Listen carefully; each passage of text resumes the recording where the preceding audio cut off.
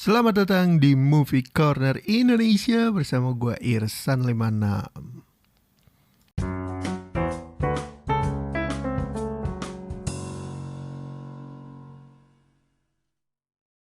Hey, finally hari ke-30 dan ini gue record di tanggal 31. Aduh, sedih banget.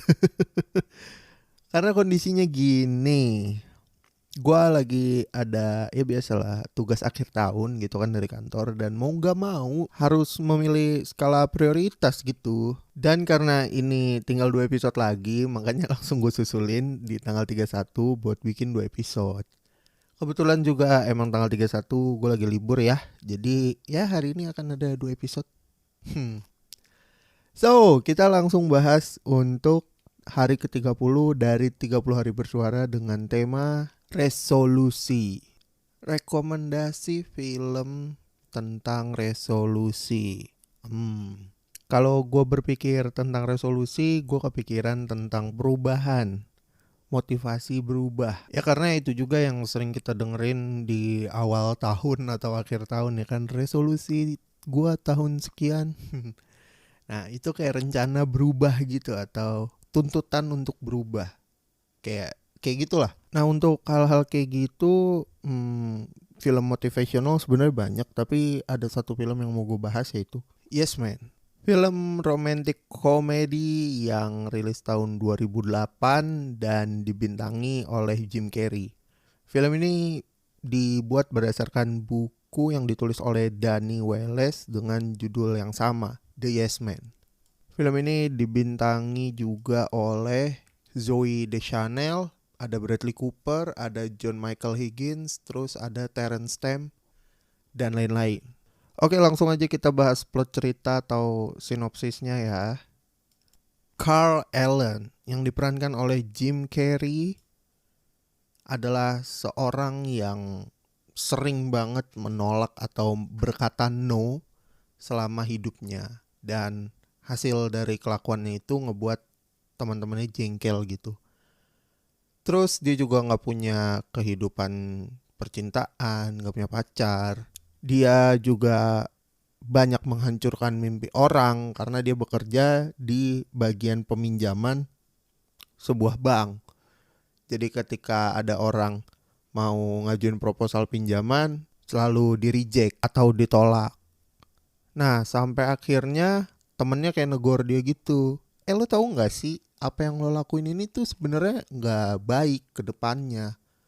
Kayaknya lo harus datang deh ke seminar ini.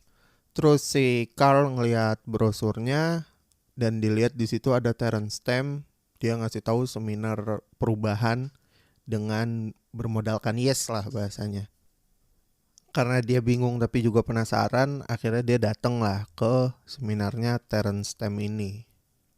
Nah pas lagi di seminar itu quote on quote dia kayak merasa dicuci otak karena di sekelilingnya itu tuh dalam tanda kutip memaksa dia untuk selalu berkata yes, dan ketika dia berkata no langsung dijudge di tempat gitu, langsung dibungkam lah ibaratnya. Lo nggak boleh bilang no, harus selalu bilang yes, dan mulai sekarang lo harus bikin janji di depan semua saksi peserta seminar gitu ya kan, bahwa lo akan jadi yes man, intinya gitu. Dan janji ini akan mengikat lo. Kalau lo mengingkari janji ini dan mulai berkata no, lo akan dapat ganjarannya. Terus selesai dia keluar dari seminar itu, dia mulai mengatakan yes kepada banyak hal atau banyak permintaan dari orang-orang di sekitarnya dia, dan dia mulai menemukan petualangan baru gitu, bahwa ini hal-hal yang gak mungkin dia dapetin kalau dia gak bilang yes, intinya gitu. Kalau dia selalu bilang no gak akan ketemu lah dengan petualangan yang dialamin itu. Terus ketika besoknya dia mau pergi gitu ya kan, tetangganya minta tolong. Minta tolongnya agak ekstrim sih. Ya lo orang tonton aja sih biar tahu. Nah karena si Carl ini ngerasa enggak deh, kayaknya gue gak mau tuh ngelakuin itu. Terus dia tolak, dia bilang, no sorry gue nggak bisa dan gue nggak mau. Setelah dia berkata no, langsung ada ganjaran. Dia jatuh dari tangga dan hampir digigit anjing. Terus dia kaget dan dia keinget kayak, inget janji lo tuh harusnya selalu ngomong yes dan gak boleh ngomong no. Akhirnya dia balik ke tetangganya terus kayak, oke, gue mau ngelakuin permintaan yang lu bilang, intinya gitu. Dan setelah kejadian itu dia mulai optimis dan mulai banyak mengatakannya kepada segala hal. Salah satunya yang paling ekstrim ketika dia lagi lihat ke billboard ada request atau ada permintaan-permintaan gitu ya kan dari orang-orang yang membutuhkan. Dia yes-yesin tuh. Apalagi yang berhubungan dengan pelajaran. Mau gak lu belajar jadi pilot, mau gak lu belajar bahasa Korea, mau gak lu bantuin gue ini. Dia yes semua dan semakin meluas petualangan yang dia temuin. Terus suatu ketika dia pergi ke bandara dan bertemu dengan orang yang pernah dia bantuin di malam pertama dia keluar dari seminar. Terus mereka berdua mulai melakukan ide gila gitu, kayak lo booking flight mepet, terus tujuannya sebebas-bebasnya tidak terarah. Sampai akhirnya si perempuan ini jatuh cinta gitu ke si Carl. Dan ketika si ceweknya confess gitu kan, si Carl tentu ngiyain karena tidak pernah punya love life sebelumnya selama dia jadi no man gitu ya kan. Setelah mereka resmi pacaran, mereka niat untuk balik ke kota asalnya. Pas di kota asalnya, di situ Carl mulai kena masalah karena dia dianggap teroris. Kok bisa Carl dianggap teroris? Nah, buat yang penasaran, tonton langsung di Yes Man.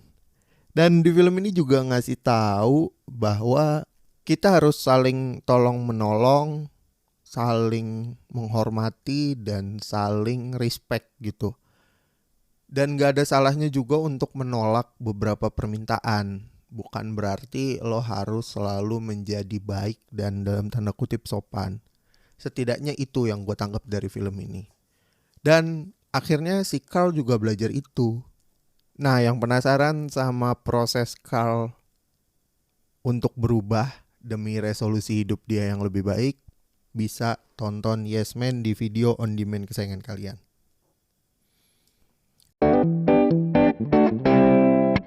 Oke, ngomongin resolusi. Tiap tahun orang tuh pasti ada lah yang bikin resolusi gitu ya kan. Rata-rata tuh pasti punya.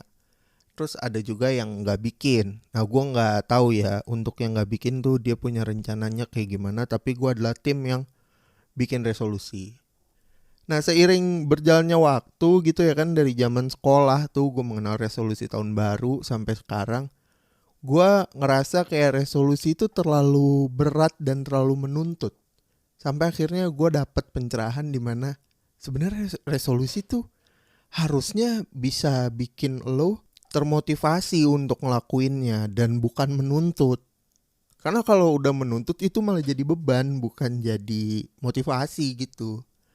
Nah sekarang ini nih, di umur gue yang 25 tahun, tiap tahun gue selalu punya resolusi yang quote on quote sama.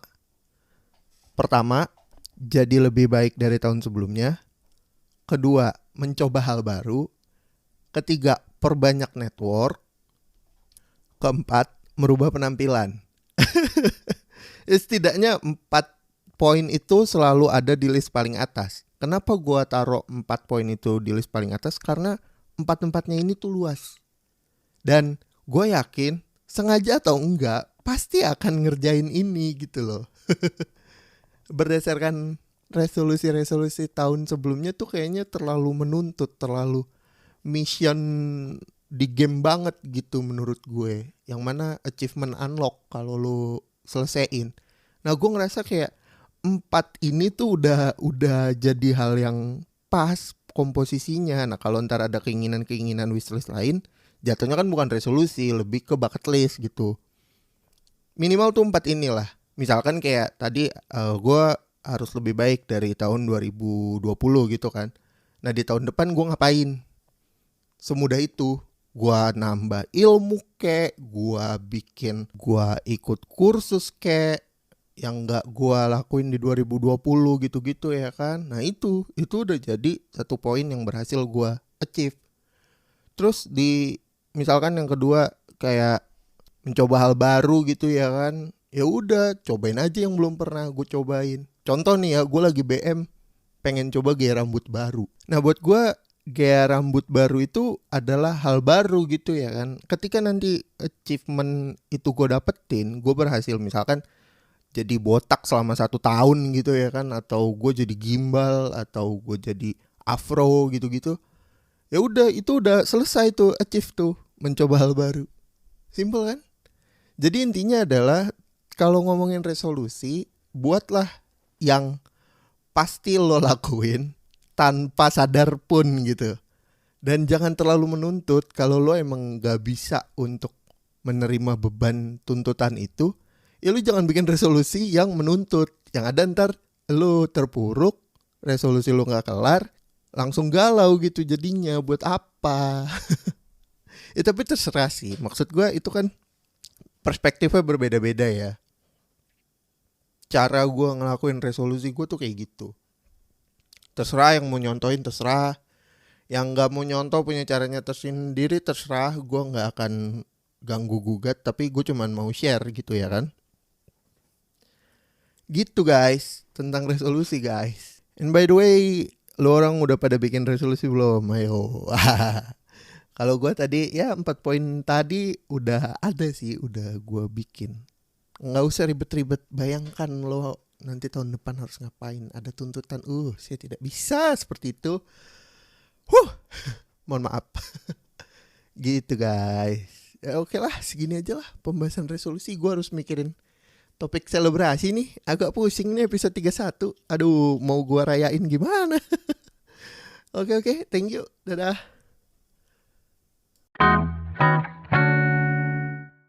Terima kasih buat yang udah dengerin sampai ke fase ini. Terus jangan lupa untuk dengerin konten 30 hari bersuara dari podcaster-podcaster lainnya di hashtag 30 hari bersuara.